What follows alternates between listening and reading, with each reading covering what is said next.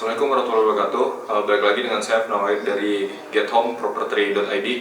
Nah, kali ini kita akan menjawab pertanyaan-pertanyaan yang sudah ada di kolom komentar YouTube. Mau tahu apa aja pertanyaan-pertanyaannya dan jawabannya seperti apa? Simak videonya sampai habis.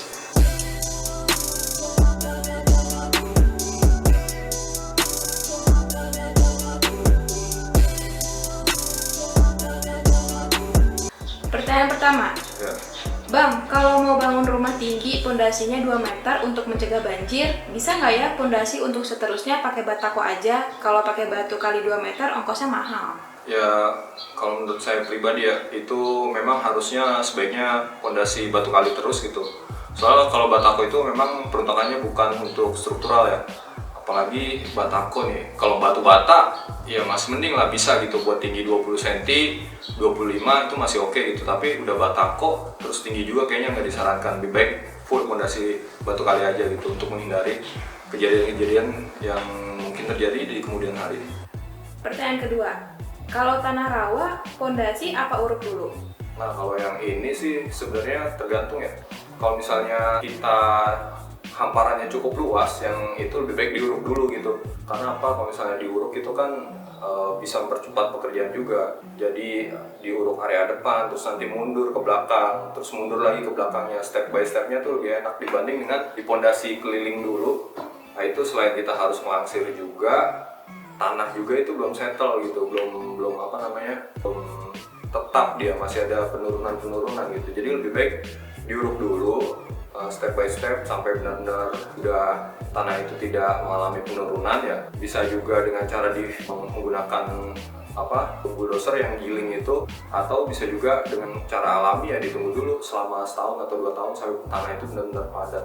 Setelah itu semua selesai, baru nanti dipasang fondasi turap keliling, baru nanti area-area yang kurang, nah itu baru dilengkapi gitu. Jadi paling melengkapinya cuma yang area-area pinggir aja gitu. Pertanyaan selanjutnya, apa bata hebel bisa menopang genteng tanah liat? Hebel ya, kalau hebel sebenarnya kalau menopang bisa, cuman kan selain menopang juga kita harus berpikir bagaimana si struktur itu dia saling terkait ya. Jadi tetap kita butuh yang namanya balok gitu. Misalnya seandainya hebel doang nggak ada baloknya, itu ngerinya nanti kalau terjadi dorongan gitu akibat hembusan angin ke struktur bajanya, terus akhirnya dorong ke hebelnya, itu nanti bisa kemungkinan rubuh itu besar gitu. Tapi kalau misalnya hebel diperkuat dengan ada balokan gitu, ring balok atau gunungan kita biasa nyebutnya, itu jauh lebih aman gitu. Lebih baik safety kita pakai balok gunungan gitu, walaupun tetap pakai hebel juga gitu. Kalau seumpama rumah lantai 2 nggak pakai cakar ayam, tapi pakai cara cross, gimana menurut Bang Afif?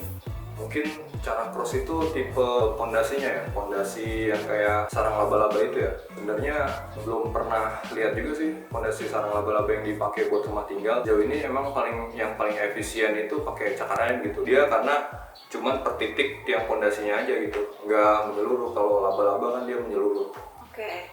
Bisakah tukang dimintakan pertanggungjawaban apabila hasil pekerjaannya rusak, misal adanya dinding yang retak atau adanya kebocoran air dari kamar mandi lantai 2? Mohon dibahas contoh perjanjian kerjanya. Nah, kalau itu biasanya kita dengan adanya sistem retensi atau garansi lah gitu, ada dana yang ditahan sebesar 5% gitu dalam waktu jangka beberapa bulan. Tapi biasanya sih 3 bulan atau 90 hari gitu. Jadi setelah 90 hari pekerjaan serah terima, kita serah terimakan ke tukang gitu ya, tertulis bahwa saya sebagai pemilik proyek sudah menerima hasil pekerjaannya gitu. Namun ada masa garansi yang harus dilewati selama 3 bulan ya, dengan dana jaminan bayaran 5% ditahan gitu. Jadi kalau misalnya selama 3 bulan nanti masih ada kebocoran, ada keretakan segala macam, uang itu bisa digunakan untuk perbaikan gitu. Entah perbaikan tukangnya, kalau misalnya dia balik lagi mengerjakan, atau misalnya tukang itu nggak mau benerin, kita harus panggil yang tukang yang baru. Ya udah, pos yang tadi kita simpan itu bisa buat membayar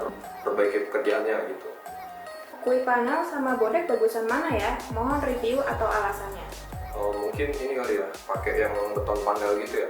Sebenarnya kalau beton panel itu, karena kalau misalnya sifatnya rumah tinggal terus habis itu dia cuma satuan, bukan yang volumenya besar, itu sebenarnya costnya lebih mahal karena kita harus sewa alat yang buat naikin panelnya itu buat ke atas gitu. Nah, sedangkan kalau misalnya kita pakai yang bondek Hermes itu pakai tenaga manusia juga bisa gitu, pakai tenaga manusia bisa, nggak harus pakai alat, lebih praktis gitu. Pertanyaan terakhir Bang, Bang, mau tanya kalau mau renovasi rumah dari 1 lantai jadi 2 lantai dengan ukuran 8x14 dengan budget 100 jutaan, bisa nggak ya? Paling menilainya gini ya, kita lihat dari 100 juta ya, berarti 100 juta kalau misalnya dibagi dengan harga rata-rata misal 3 juta per meter aja, itu dapatnya 33, sekian meter ya.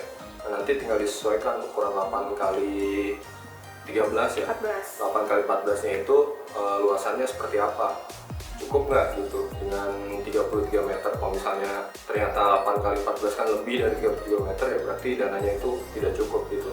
Atau bisa juga membangun dengan cara nggak harus full semuanya jadi dulu, misal struktural terus yang penting dindingnya ada dulu sama luarnya udah di finishing kayak gitu, itu kan cukup gitu. Nanti kalau misalnya ada dana baru terusin lagi finishing area dalamnya, kurang lebih kayak gitu. Mungkin itu dulu ya untuk video kali ini, pertanyaan-pertanyaan yang ada di kolom komentar. Nanti kalau misalnya mau ada pertanyaan lagi bisa ditulis lagi ya di kolom komentar untuk video-video berikutnya.